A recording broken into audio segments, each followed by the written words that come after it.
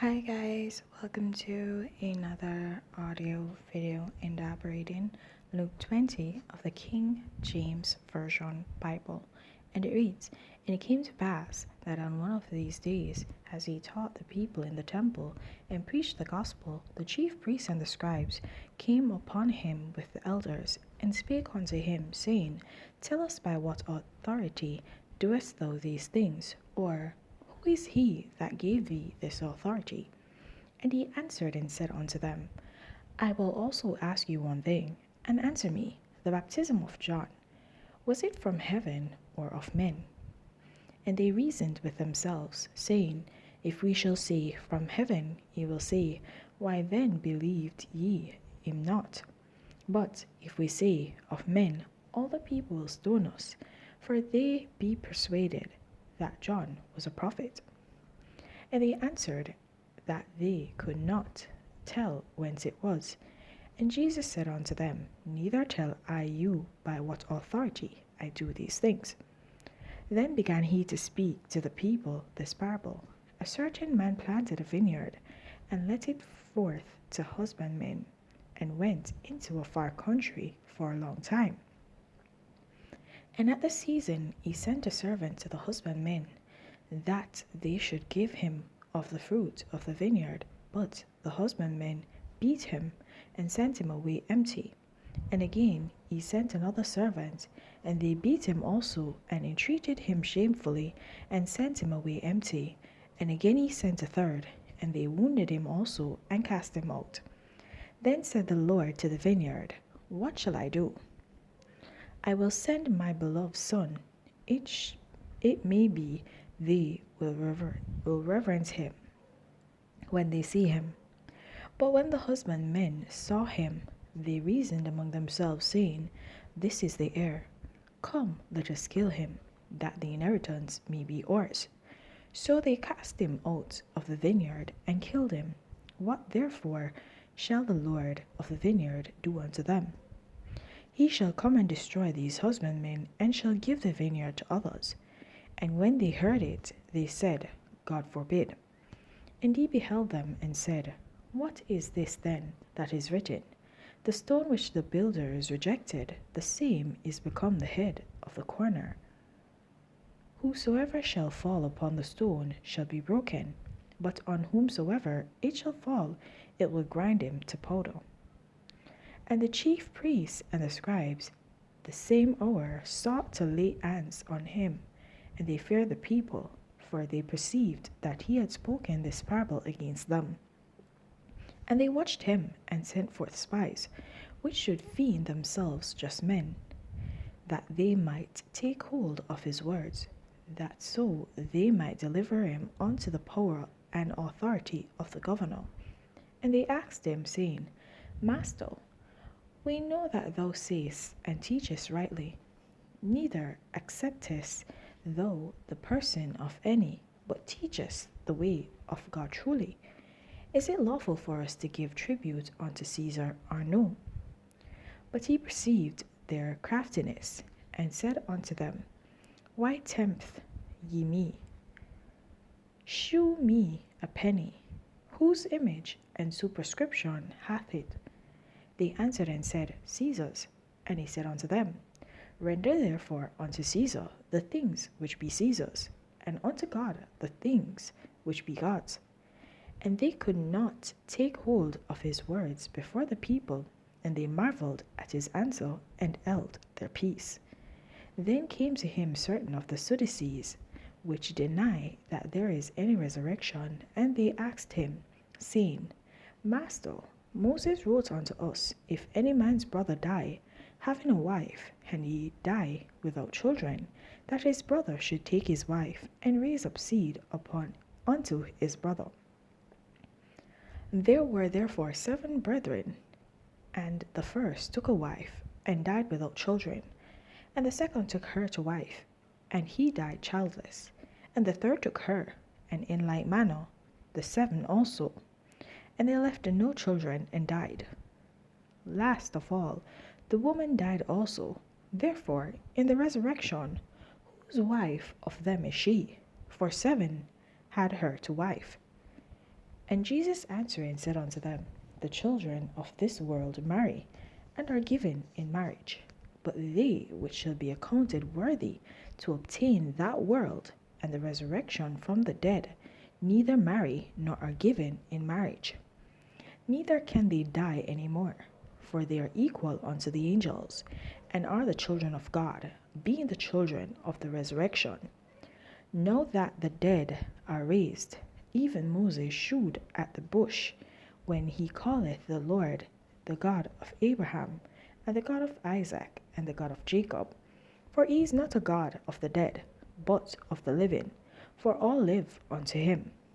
Then certain of the scribes, answering, said, Master, thou hast well said. And after that they durst not ask him any question at all. And he said unto them, How say they that Christ is David's son?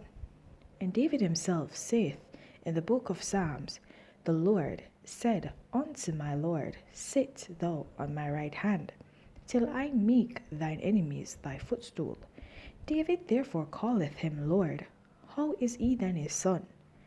Then in the audience of all the people he said unto his disciples, Beware of the scribes, which desire to walk in long robes, and love greetings in the markets, and the highest seats in the synagogues, and the chief rooms at feasts, which devour widows' houses, and for a shoe make long prayers. The same shall receive greater damnation. Alright, guys. So in this chapter, we basically a parable that was given in prior chapters has been resurfaced here yet again, right? And like I said, it's to show the importance of the message being taught. And the message was that basically we should give to God what truly is God's. And when it is that we give to God what is truly is, we will indeed gain all that Christ has to give us, right? And if we reject him now, then he will certainly reject us also, and he will punish us. And we see this in the parable of the vineyard and the owner of the vineyard, right? If we forsake God that right now, then he'll forsake us. And we see that Jesus here speaks of the prophets that were sent. So he was making the allusion to the prophets and what has actually taken place in the Old Testament coming to the New Testament, even with John, correct? Where it is that God sent forth is prophets to preach unto the people and to teach them, but they forsook those teachings. So the Lord said, okay, let me send my son. Surely they will actually listen to what my son himself has to say. But here it is that the son came and the son was walking among them, and they still did not receive him. And if they do not receive him when he comes, what will happen to them? They will gain damnation. And here at the end of it, you see what they'll actually receive, damnation. And not only for that reason, but also for people who actually exalt themselves. And we know that sometimes people pray and they do not pray in the Spirit of God. And I like the fact that even in Bible study currently, we're learning about these things, praying in the Spirit, doing everything in the Spirit of God and not of flesh, because the flesh fails, right? The only thing that remains constant and has power is the Spirit. And so when we walk in the Spirit, then we will be able to actually carry out the will of God, right? As it says in Romans, we want to carry out that perfect will of God, right? So yes, I want you guys to actually just focus on it. It's been repeated time and time again, the same parable, right? So it's very important. We ought to know the importance of it by now, that we should actually walk in accordance with God's will, correct? And we should give unto God what is God's, which is His praise, glory, and honor, which He so richly deserves. Okay? All right. Also, here we see where Jesus was making a distinction, where He says that they call Him the Son of David. But how can He be the Son of David when even David himself saw Him sitting at the right hand of God and was called Lord? So He was basically letting them know, look,